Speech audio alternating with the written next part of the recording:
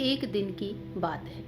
महात्मा बुद्ध अपने शिष्यों के साथ कुटिया में बैठे थे और ज्ञान चर्चा का विषय आरंभ था।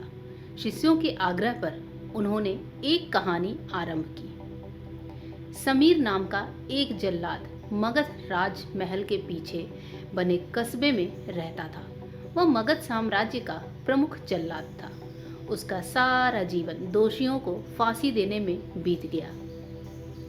अब वह लगभग 60 वर्ष की आयु का हो गया था। समीर अब राजकीय सेवा से मुक्त हो चुका था और अपना अंतिम जीवन वह अपने घर में व्यतीत करता था। अपने जीवन काल में किए गए सभी घटनाओं को याद करता और पश्चाताप करता। मेरे हाथों इतने जीवों की हत्या हुई, यही सोच विचार करते हुए वह नहा धोकर तैयार हुआ।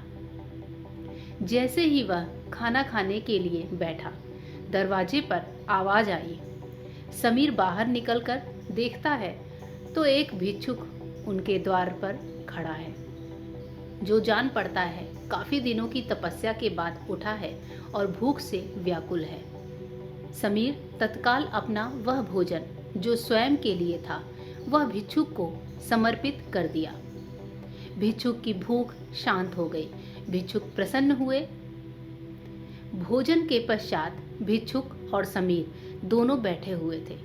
तभी समीर ने अपने जीवन में किए गए कार्यों को भिक्षुक के सामने प्रकट किया।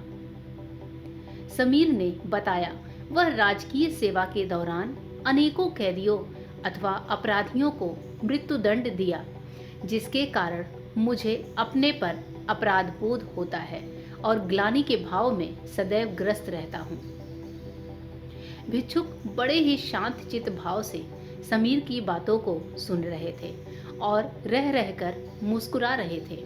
समीर ने अपने जीवन के प्रत्येक घटनाओं को भिक्षुक के सामने रख दिया।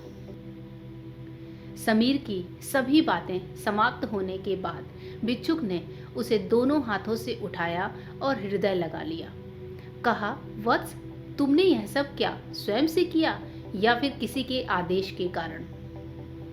समीर बोल पड़ा, यह सब सिद्ध होने के बाद राजा के आदेश पर यही मैंने मृत्युदंड दिया।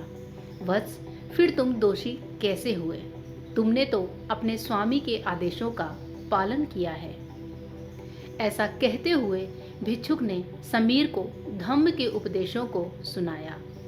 उपदेश पूर्ण कर भिक्षुक वापस लौट गए।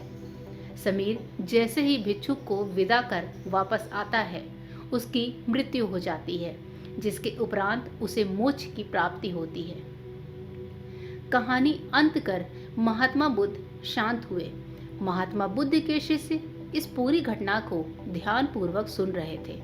उन्होंने महात्मा बुद्ध से पूछा, जिसने जीवन भर अनेकों हत्या की थी, वह मोक्ष कैसे प्राप्त कर सकता है?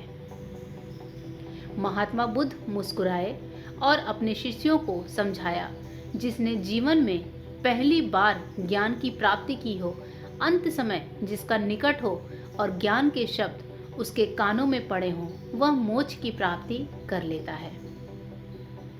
महात्मा बुद्ध ने बताया, हजारों हजार शब्दों के उपदेश व्यर्थ हैं, जब तक व्यक्ति का मन शांत ना हो। मन शांत होने पर एक शब्द से भी ज्ञान प्राप्त हो सकता है। ज्ञान से ही मोक्ष की प्राप्ति संभव है।